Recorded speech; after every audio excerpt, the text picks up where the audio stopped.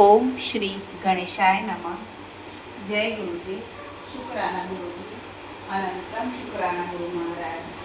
अतः श्री शिव महापुराण द्वितीय रुद्र संहिताय तृतीय पार्वती खंड प्रारंभते. अतः प्रथमो अध्याय. नारद उवाच. दक्षायणी सती देवी दत्ता देवा पितृमूर्ते पितुमर्के कतगिरिसुता ब्रह्मन् बभूव जगदम्बिका कथ कृत्वा तपेतृग्रहपति शिवचसा एतन्मने पृच्छते सम्यक् कथयत विशेषत. ब्रह्मवाच. शृणुत्वा मुनिशार्दूल शिवाचरित्रं मम पावन परमा दिव्य सर्वपापहरशुभं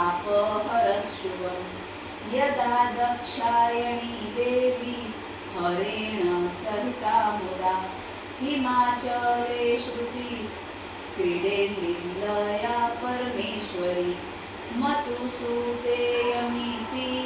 ज्ञात्वा शिशेव मातृवर्चसा हिमाचल प्रिया मैना सर्वदेवीर्विनिर्भरा यदा दक्षायणी रुष्टा नाकृता स्वगतं यजहो पित्रा दक्षिण तग्ने संगता परमेश्वरी तदेव मेनका तासा हिमाचल प्रिया मुने शिवलोकस्थिता देवी मारिराधयिषुस्तदा तस्यामः सुतास्यामि त्यवर्धाय सती हत्य हृदया त्यक्तदेहा मनोदग्रे बहुत हिमवत्सुता समय प्राप्य सा देवी सर्वदेव सुता पुनः सती त्यक्ततनु प्रीत्या मेनकातनसम्भवत नाम्ना सा पार्वती देवी तप कृत्वा सुदुस्सहं नारदस्योपदेशाद्वे पति प्राप शिवः पुनः. नारद उवाच. ब्रह्मण विदे महाप्राज्ञ वद मे वदन्तावर मेनकाया समुत्पत्ति विवाह चरित तथा धन्याधि मेनका देवी यस्य जाता सुता सती अतो मान्या च धन्या च सर्वेषा सा पतिव्रता.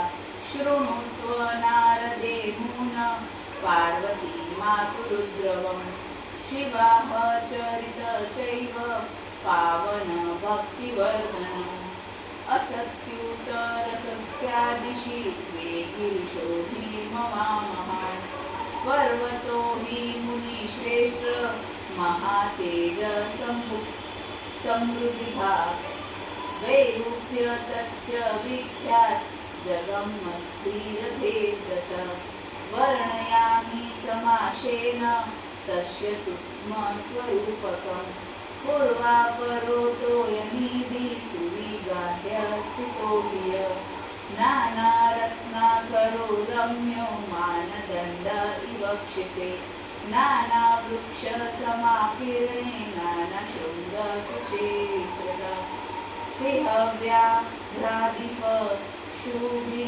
सेवित सुखिमि सदा तुषारनिधिरित्युग्रो नानाश्चर्य विचित्रित देवर्षि सिद्धमुनिभिः शर्षित शिवसंप्रिय ततः स्नानोत्तप्तिपुतात्मा पावनश्च महात्मना तपसिद्धिप्रदो यत्न नानधावात्प्रकारशुभं स एव दिव्यरूपो हि रम्य सर्वांगसुन्दर विष्णवंशो विकृत शैलराजराजसं सतात्प्रिय कुलस्थितेज च स गिरि धर्मवर्धन हेतवे स्वविवाहपूर्तमिच्छति पितृदेव हितेच्छया तस्मिन् वत्सरे देवा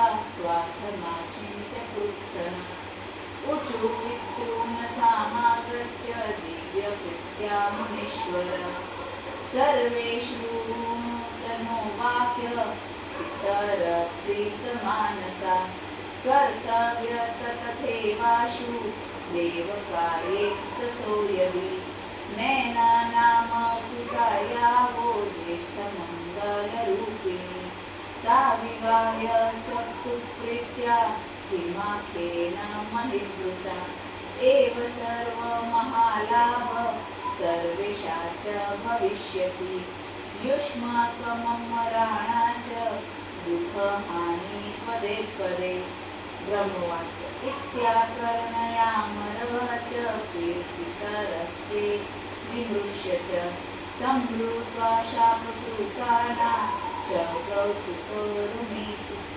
तद्च तद्धूमेर्ना सुविधीना हिमागाय निजात्मजात् स सुप्तस्वो महानासि तत्त्रिवाहे सुमङ्गले यहर्दायोऽपि ते देवा मुनश्वापरिकीर्या जागन्मुस्तत्र संस्मृत्य वामदेव भवद्रिया उत्सवकारमयामा सुदत्त्वा दानमेकश सुप्रश्य पितृदीवान् दिव्ययान् प्रशंसुभिर्माचलयम् महामोदान्विता देवास्ते सर्वे स मुनीश्वरा सजङ्गमो स्वस्वधामानि सस्मन्तरत्सेवा शिवे यो दुःखबहुसप्राप्य सुविवाह्य प्रिया च ताम् आजगाम स्वभवान् मुदमाप गिरीश्वर ब्रह्मोवाच मेनयाभिहिमागश सुविवाहो मुनीश्वर प्रोक्तो मे सुखदप्रीत्या किं भूय श्रोतुमिच्छसि इति श्रीशिवमहापुराणे द्वितीया रुद्रसंहिताया तृतीये पार्वती खंडे हिमाचल विवाह वर्णन नाम प्रथमो अध्याय।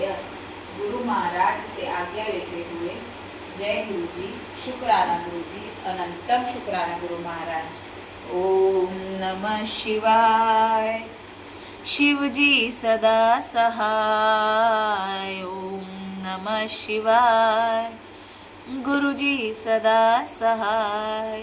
जय गुरुजी, शुक्राना गुरुजी।